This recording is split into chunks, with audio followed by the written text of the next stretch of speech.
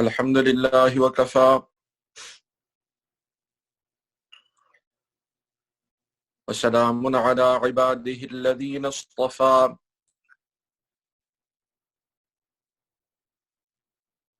أما بعد فأعوذ بالله من الشيطان الرجيم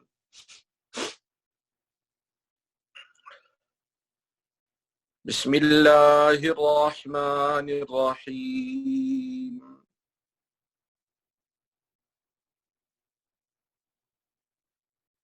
يا أيها الذين آمنوا إن جاءكم فاسق بنبأ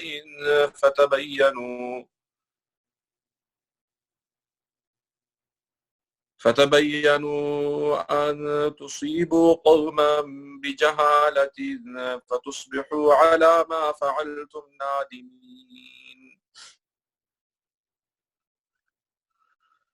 واعلموا أن فيكم رسول الله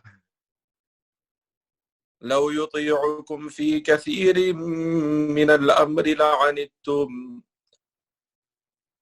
ولكن الله حبب إليكم الإيمان وزينه في قلوبكم وكره إليكم الكفر والفسوق والعصيان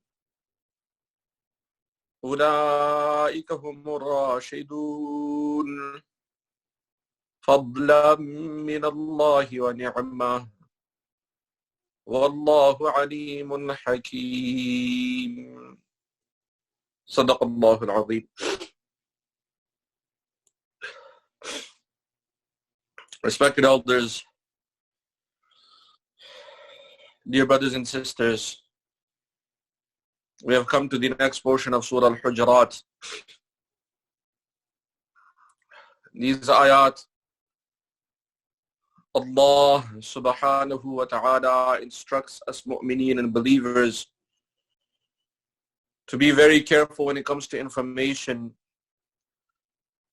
That we should always verify information before we either believe it.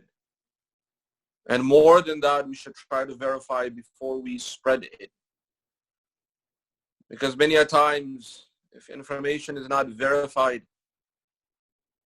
or at least the source from which we are getting the information is not an authentic source, then many a times this can lead to many different types of difficulties. It can have very detrimental outcomes. Information is something that as human beings, Allah subhanahu wa ta'ala, He has given us human beings this ability to communicate. عَلَّمَهُ الْبَيَانِ. Allah subhanahu wa ta'ala taught human beings this amazing gift of bayan. And with this, we are able to express ourselves, we're able to express events, we're able to explain many different things in various forms. Many a times, the very information that we are expressing or explaining, if that information is not accurate, or that information, if it is not verified and it is wrong, then it can have the results that we did not desire, or many a times it can have very negative results. There was an incident at the time of Rasulullah sallallahu alayhi wasallam. Rasulullah sallallahu alayhi wasallam deputed a Sahabi to one qabila, one tribe.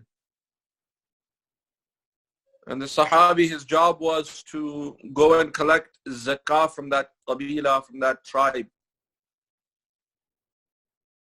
The tribe knew that a person was supposed to come and collect the zakah. So they were waiting. And they saw the Sahabi from a distance, and they realized that the Sahabi is coming for the zakah, to take the zakah. One of the qualities of this tribe, which was a very beautiful quality, is that they had the quality of hospitality. And what they used to do is if an important guest was coming, this was kind of a normal quality at that time. If a very important guest was coming, so the people would come out of their homes, sometimes come out of the village area and welcome the guest. And this was kind of a general tradition at that time. Even when Rasulullah sallallahu alayhi wasallam, he migrated, he did hijrah from Mecca to Medina. We know that there were already Sahaba, there were Sahaba that were deputed before, and many of the people of Medina, they were waiting for Rasulullah sallallahu alayhi wasallam. They had heard the news that he was coming. So they used to wait outside of their homes, used to go to the hillside waiting. And we even know of the famous poem that they recited when they saw Rasulullah sallallahu alayhi wasallam. طَلَعَ الْبَدْرُ عَلَيْنَا in Saniyat al-Wada. It's a famous poem. But this was kind of a custom at that time, that if an important guest was coming to you, so that people would go out of their town and go and welcome the guest. Sometimes in some cultures and in some of the tribes, they used to have a kind of display honoring the guest or welcoming the guest. And many a times the display was not like the display of today.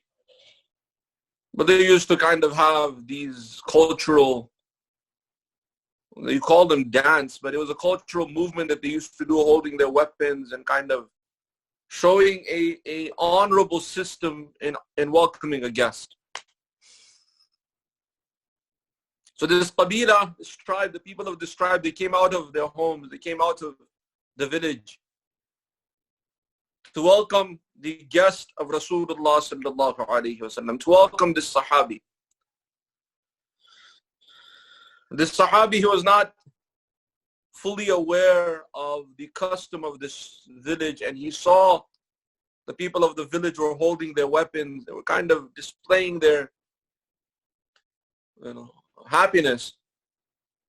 And the Sahabi, he mistook that they were holding their weapons, they're standing outside their homes. Looks kind of dangerous. If you see, for those who are not familiar with it, if you see some of the way that they display their happiness with their weapons and their movements, a person may get the misinformation that these people are preparing to attack. So this Sahabi, he also got this notion that these people are standing outside their home, they're holding their weapons, they're having this kind of dance, which also used to be a military dance. It's not necessarily the dance, kind of movements that they were showing. Similar movements were done at the time of military to show off military strength and power. So the Sahabi, he got this notion that they're going to attack me. So he went back. For his own safety, he went back to Rasulullah sallallahu alayhi wasallam. And he did this without verifying what was going on. In fear, he left. The people of the Qabila got a little surprised. People of the village got surprised that where did he go? Why did he leave? They were looking at one another. That what happened? So when the Sahabi came back to Rasulullah sallallahu alayhi wasallam, he explained to Rasulullah sallallahu alayhi wasallam that we had a pact with these people. I went to go pick up their zakat. This is what they displayed, and I was afraid for my life. So I came. I came back, and he kind of made it clear that these were the movements they were making. They were holding their weapons like this, and made it clear that they were going to attack me. So Rasulullah sallallahu alayhi wasallam, he immediately gathered a small group of Sahaba, kind of like a small army, and he went to that qabila. Because it was understood that they were supposed to give zakah, and they were believers, so there was something going on. There was a misunderstanding. That are they really trying to attack the Muslims? Is this what their intent was? And sometimes in military strategy, you also have to be prepared. You have to keep your defenses always ready. So Rasulullah sallallahu alayhi wasallam, he went to that qabila with the army, including the Sahabi as well. When they went to that qabila, they sent someone Again, the Qabila, the people of the tribe said, oh, Rasulullah sallallahu alayhi wa sallam is here. Some other great Sahaba are here. They again came out of their home. They were very happy. Again, they were holding their weapons. So Rasulullah sallallahu alayhi wa sallam sent a delegate to go find out what is going on. Are they really trying to fight us? So the Sahabi went there. He asked about them. They said, what are you talking about, attack? We're so happy to see you. This is how we display our happiness. What are you talking about? You know? They were kind of, in the minds of this tribe, it was so simple. They didn't have this notion that we're going to attack you. They said, this is how we're displaying our happiness. That Rasulullah sallallahu alayhi wa sallam sent us an honorable messenger, sent us an honorable guest to come pick up our zakah. We came out of our homes to welcome him. And he left. And now we see that Rasulullah sallallahu alayhi wa sallam is here. Some other great Sahaba are here. We're so happy to see you. Come. They welcomed them, you know. And they welcomed them. They had, you know, the misunderstanding was removed. There was great hospitality and everything was shared. And they also gave their zakah, and they were, you know, they said that, sorry for the misunderstanding. We didn't know this was going to cause such a ruckus, so we wouldn't have done something like this. So in this connection, Allah subhanahu wa ta'ala revealed also this ayah. And this ayah in Surah Al-Hujurat, Allah subhanahu wa ta'ala is telling us, Ya ayyuhalladhina amanu, O those of you who believe, in ja'akum fasiqum binaba'in, if a fasiq comes to you with some information.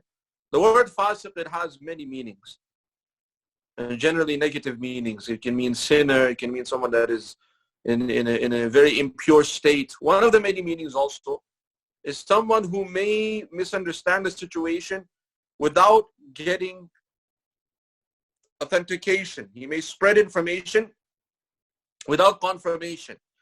This can also, a person can fall into fisq. Because if you're getting information and you're spreading it without authentication, so you'll be spreading fitna, you'll be spreading fasad, you'll be spreading chaos and evil.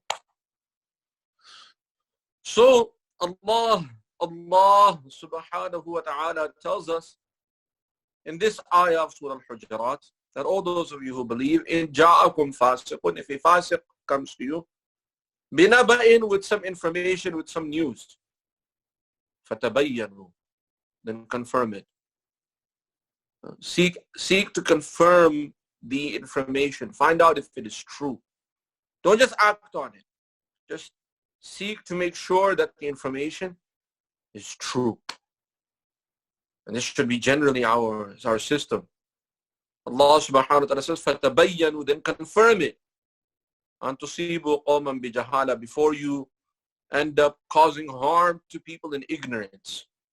You may end up causing someone harm in ignorance. Someone comes to you and says, oh, you know what so-and-so said about you? And they tell you so much gossip and some lies, and you go and you hurt that person. And then you come to find out that's not even true. That person never said those things about you. That's why we should be very, very careful. Anyone brings us any information, try at least confirm it.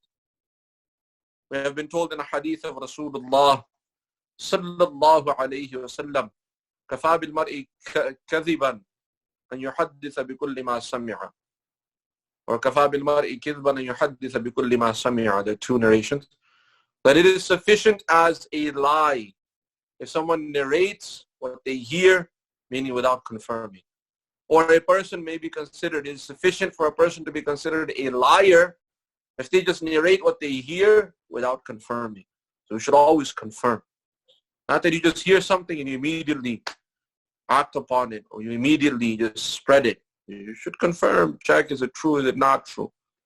Because it's amazing what information, how far information can change from person to person. It's amazing how information changes from person to person. There are so many social experiments that they have done.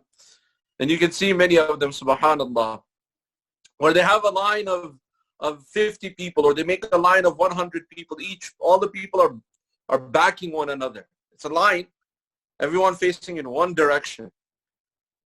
Then what the person at the back of the line he does is he taps the person in front of him and he does some action. You know, he'll kind of like maybe like rub his eyes or something.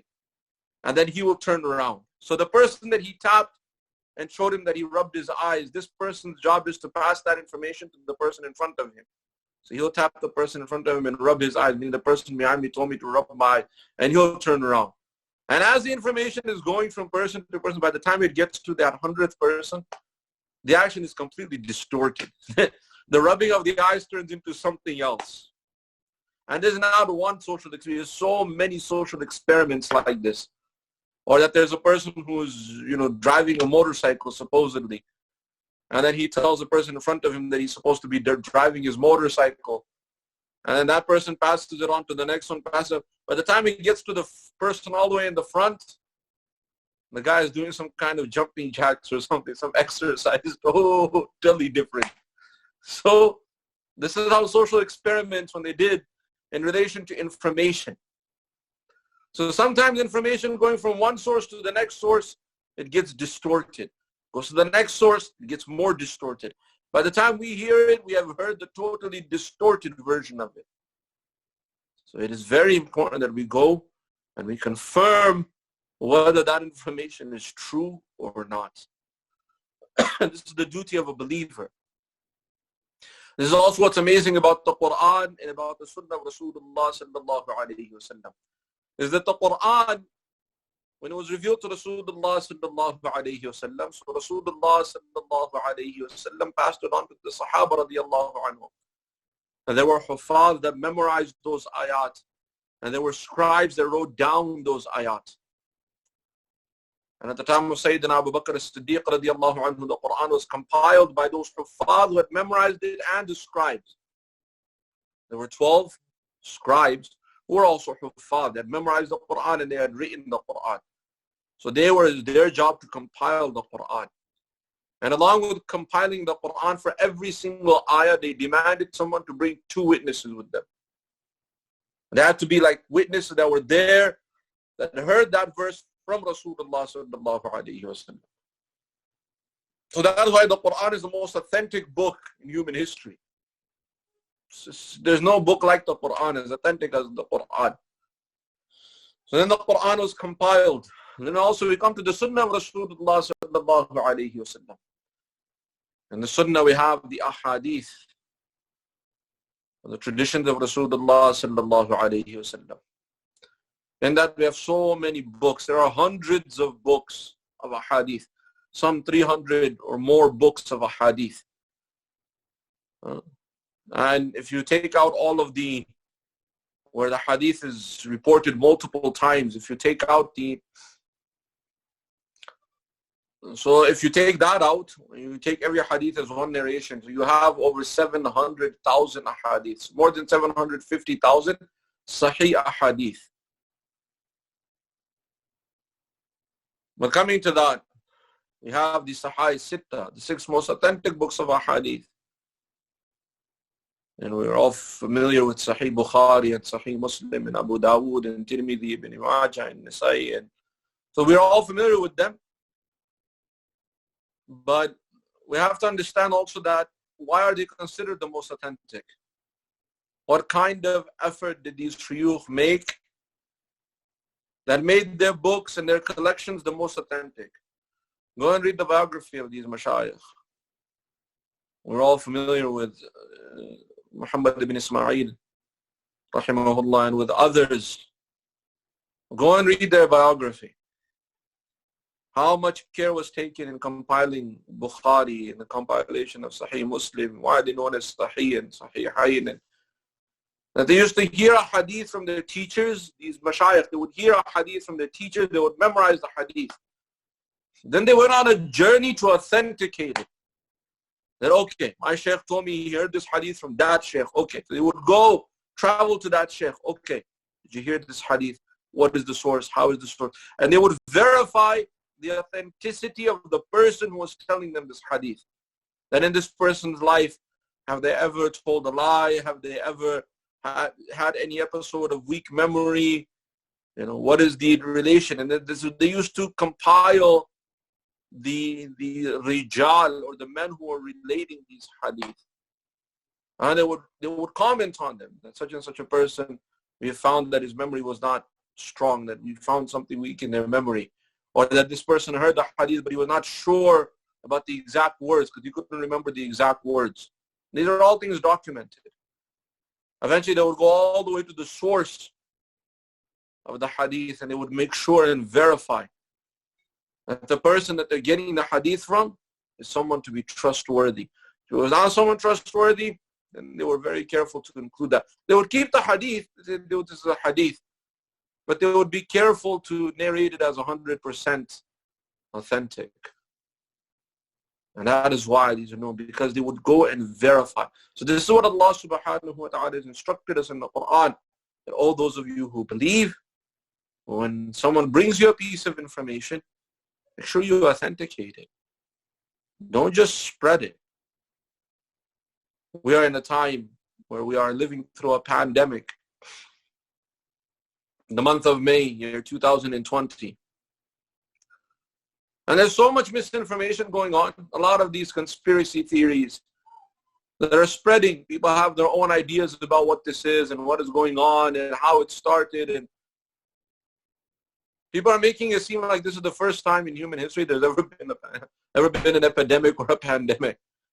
Epidemics are known in go back in human history how many times epidemics have come. Even at the time of Sahaba radiallahu anhum, even before that, even epidemics are mentioned in the Quran. There were aqwam in nations that Allah subhanahu wa ta'ala would send an epidemic against them. They're mentioned in Surah Al-Baqarah. So it's not something unknown. But now, people have their own notion related to how this pandemic was started somewhere by some human intervention, and this is some ploy to make people vaccinate or something. People come up with their own ideas. They attach all these different things to how their own ideas of how medicine works. Try to understand epidemics and these kind of waba. It has been mentioned in the hadith of Rasulullah sallallahu alayhi wa sallam. There's a mention of it in the Quran. And also throughout history. It's not something unknown. Even 100 years ago, in 1917, there was a very famous Spanish flu. In 1918, it killed 50 million people, infected over 500 million people. It was very, very lethal.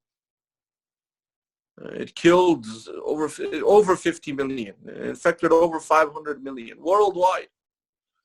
So it's not something new that these kind of epidemics happen. It's not like the first time an epidemic or a pandemic is happening. There have been many other pandemics that have taken over the world also. The very famous Spanish flu is one of them, went over worldwide. You have the bubonic plague, the Black Death, very famous in 1600s, and many others. Very deadly, very, very deadly. They don't kill a few thousand or a few 100,000. They kill in millions, especially once it mutates. And may Allah subhanahu wa ta'ala protect all of us. And this is the fear that everyone is having, that if we end up opening up and everybody starts not following these social rules and not keeping distance, that this thing may have a chance to mutate. And if it mutates, that's what happened with the Spanish flu.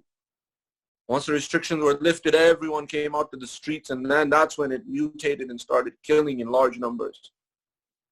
So there's always this fear. We should be very, very, very careful in what we accept from these conspiracy theories, that this was some man-made thing, or that this is some ploy to have people, this is some ploy by some group that they want to have some new world order and shut down the world. These things is, be careful what you believe. And be careful what you listen to. Make sure that you can verify. Even common sense, some of the things they say even common sense cannot accept. That you will destroy the economy of a country just so you can make some, come on. Which country would even come? Common sense will tell you no country would allow their own economy to be destroyed or their own people to be killed. Even common sense doesn't go with some of these things. So this is what our deen teaches. As Muslims, we should be we should be more careful. And anything we hear, we should go verify. Is this true? Or go ask the experts if we don't know. Ask them, now, what is the reality of this particular thing that this particular person is talking about? We should verify. We should not just start spreading, especially now with today's social media, mashallah. With one click, you can make 100 people see what you're talking about. With no verification. And then everybody wants to comment on it also. Subhanallah. So it's the job of a believer. We should not fall into the category of becoming liars. It's the hadith of Rasulullah sallallahu alayhi wasallam that it is sufficient for a person to be considered a liar if you just narrate whatever you hear. You just basically share in this time and age. Share without confirming any of this information this person is saying. Is it true or not? If it is not true, don't share it. Or at least try to, if you cannot verify it, then don't share it. Because if we cannot verify it, by you sharing it again, there's a chance you may be spreading something that is not true. So we should take a lesson from our great mashayikh, how careful they were with information, how careful they were with authenticity. We should be very, very careful with authenticity. A Muslim should be very trustworthy. One of the major qualities of a believer is that they are trustworthy. In order to be trustworthy, we should be very, very, very careful what kind of information we spread. May Allah subhanahu wa ta'ala give all of us understanding and give us the tawfiq to practice His deen. وَمَا عَلَيْنَا إِلَّا الْبَلَاغِ. We'll read a hadith of Rasulullah sallallahu alayhi wa sallam.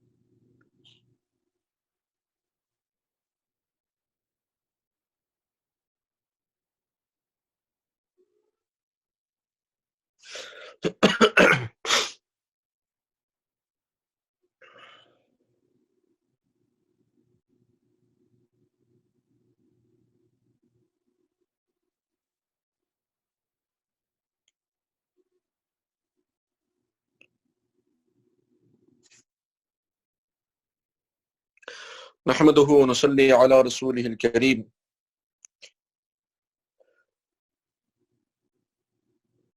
أما بعد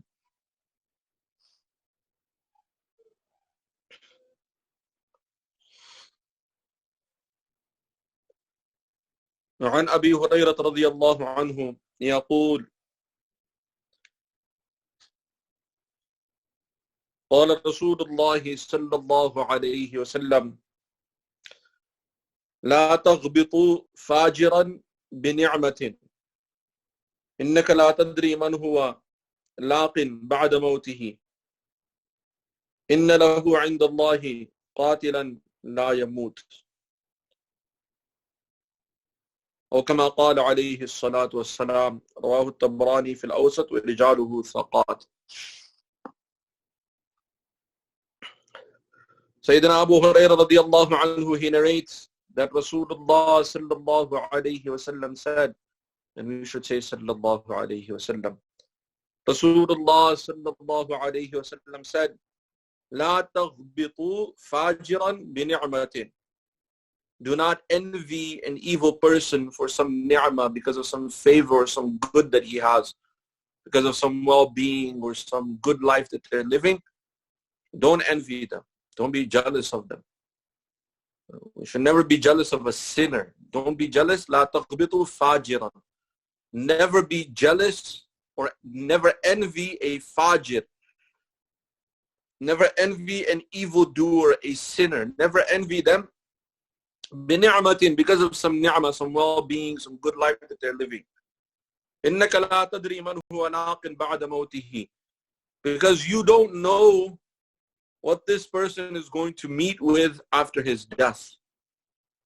You do not know what is waiting for this person after his death, what kind of punishment this fajir, sinner or disbeliever will have to meet with after his death. إِنَّ لَهُ عِنْدَ اللَّهِ قَاتِلًا. For this person he has with Allah subhanahu wa ta'ala, Allah subhanahu wa ta'ala has for such a person قَاتِلًا لَا يَمُوتُ. Allah subhanahu wa ta'ala has such a punishment for this person That punishment kills a person without, like qatilun will destroy him without killing him. The person will not be able to die. The case of the fire of Jahannam, that Allah subhanahu wa ta'ala has prepared the fire of Jahannam for the disbelievers. And the fire of Jahannam is such a thing that it will kill, but the person will not die. All of the avenues of death will be there, but a person will not die. Because in the fire of Jahannam, those who are there, they will not be dying, but they'll be facing every single avenue that can kill a person. May Allah subhanahu wa ta'ala save and protect all of us from the fire of Jahannam. But this hadith is a very clear indication that we should not envy and be jealous of all of these kuffar and disbelievers, the wealthy and the prominent and all of these famous. If they're disbelievers, you should never ever envy them. Never be jealous of them. Oh, look, that person has so much fame, that there's so many people talking about him, and there's some celebrity or some star or some player or whatever they might be. Or that person has so much wealth and that he's so famous because of this wealth. Will never ever envy if the person is a kafir, fajr, he's a disbeliever, he's a sinful person, and we can even see them involved in sin. Many of them you'll see. Those who are famous, you can always see the kind of company they keep, the places they go to. A believer should never, as a Muslim, a mu'min should never envy a sinner. He should never envy a kafir, a disbeliever. This is what our deen teaches us, because we have to understand and we have to remember that Allah subhanahu wa ta'ala tells us in the Quran. Tonight we'll be reciting Surah Al-Mu'minun and Surah An-Nur and the portion of Surah Al-Furqan. And in these ayat, Allah subhanahu wa ta'ala, He tells us in the beginning of Surah Al-Mu'minun, قَدْ أَفْلَحَ الْمُؤْمِنُونَ. Definitely successful are the believers. And the believers have very, very particular qualities. So then Allah subhanahu wa ta'ala mentions the many qualities of the believers. قَدْ أَفْلَحَ الْمُؤْمِنُونَ الَّذِينَ هُمْ فِي صَلَاتِهِمْ خَاشِعُونَ. Definitely successful are the believers. Those believers who with their salah, they're very devoted in their salah. That is why we should pray our salah with great khushu', with great devotion, concentration. We should not be praying salah and be distracted by everything. No. There's a quality of believers. الَّذِينَ هُمْ فِي صَلَاتِهِمْ خَاشِعُونَ وَالَّذِينَ هُمْ عَنِ اللَّغْوِ مُعْرِضُونَ. The believers are those who turned away from laghu. Laghu is any kind of pursuit that has absolutely no benefit and becomes a waste of time. It has absolutely no benefit. It does not give you any good information. It's not good for your health. It's not good for your mind. It's not good for anything. It's just a useless pursuit. And the person is, so a believer is one who turns away from all this laghu. And part of that is also, for example, to give you an example of laghu, there's some people who go after trying to learn as much as they can about these famous people. What do they call them? These celebrities. These celebrities. They go and, or these players of some teams and some games. So they will know the name of every single player. SubhanAllah, I met one youth, young youth. He was young, hardly a teenager, and he was able to name for me how many teams there are. I believe it was soccer, it was football. He was telling me how many teams there are, and in what team, which players are playing. And then he was able to tell me their statistics of, I don't know what kind of numbers they have, but the statistics of which player had the highest chance of scoring particular points.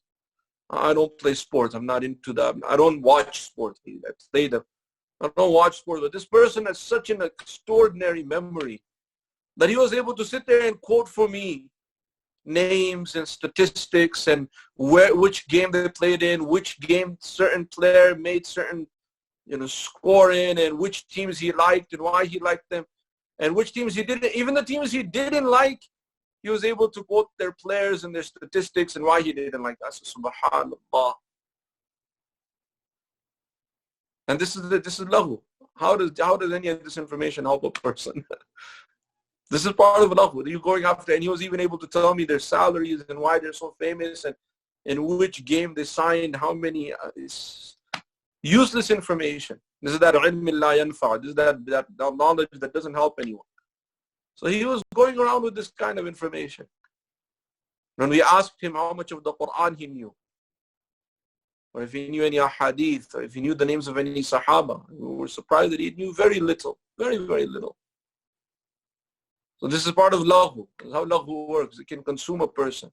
Believers are those, stay away from this kind of lahu. And many of these, there are many games and there are many sports where there are Muslim players and they're very righteous and we have utmost respect for them. Many of them are very pious. They take care of their salah. They're very particular with their ibadah. They don't involve in all of the evil and the khurafat that is there. They try their best to stay as clean. They're very careful with their wealth. They give in charity. There are many, many, many, many Muslim sports who are involved in sports and they're very, very great people. But even they will tell you to spend your time in learning and in ibadah. But to have this kind of unnecessary lahu, a believer should not get involved in this. And a believer should never have envy for the disbelievers that so some person has fame or wealth or whatever it might be. A believer should not make that a point of envy. For a believer, they should see who is more righteous than them, who knows more Quran than me, who has more knowledge than me, who does more ibadah than me, who is closer to Allah subhanahu wa ta'ala than me. That is what a believer should be checking and how the believer should be looking at being able to gain benefit from those people and also get close to Allah subhanahu wa ta'ala. May Allah subhanahu wa ta'ala give us understanding and give all of us the tawfiq to practice His deen.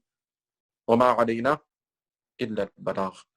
سبحان الله وبحمده سبحانك اللهم وبحمدك نشهد أن لا إله إلا أنت نستغفرك ونتوب إليك.